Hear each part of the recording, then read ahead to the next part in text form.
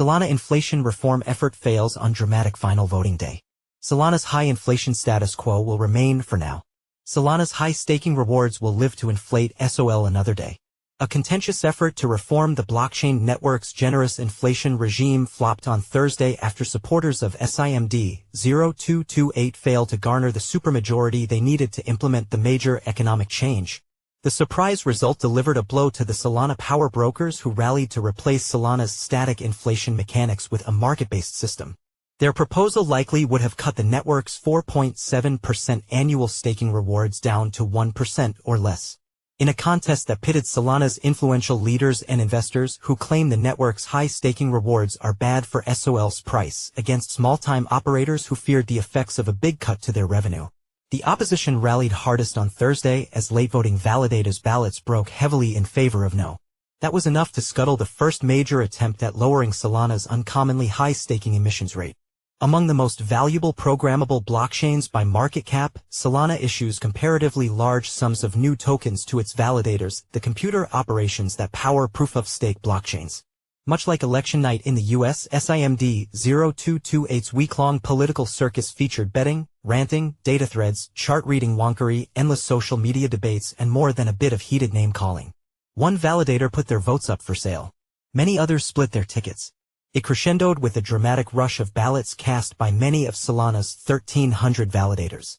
In the end, the opposition won an exceptionally high turnout election that laid bare the divide between big and small validators. In the end, SIMD 0228 became the network's first economic reform to fail at the polls. Solana validators are only called upon to vote when the network is grappling with a major economic change, said Johnny, the operator of the Solana Compass validator. SIMD 0228 is the third ever such vote to appear in records by stakingfacilities.com. The current proposal went up for consideration with an unrelated SIMD that passed. Its controversies sparked the highest turnout vote in the network's history. Over 66% of validators cast votes, according to a dashboard from Flipside Crypto. Together they wielded 75% of the network's voting power, a remarkable share given voting in this decentralized system is voluntary. Of participating validators with 500,000 SOL or less, over 60% voted against SIMD 0228 per Dune dashboard. Larger validators saw the exact opposite. Of validators with more than 500,000 SOL, 60% voted in favor. The lopsided results suggest opponents' warnings of economic ruin struck a nerve with small-time validators.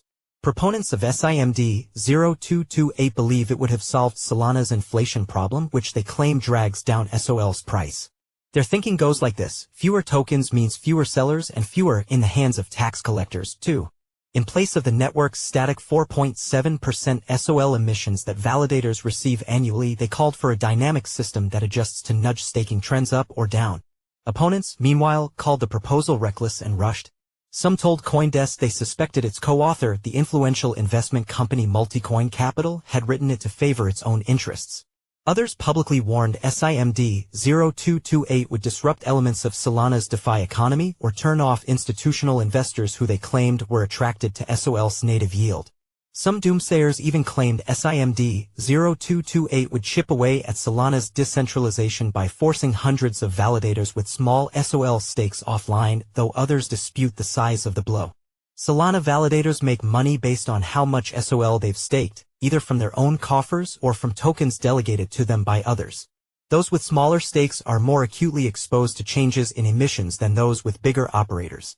Many people feel like SIMD 0228 is not the best proposal to address inflation on Solana, said Solblaze, a validator operator.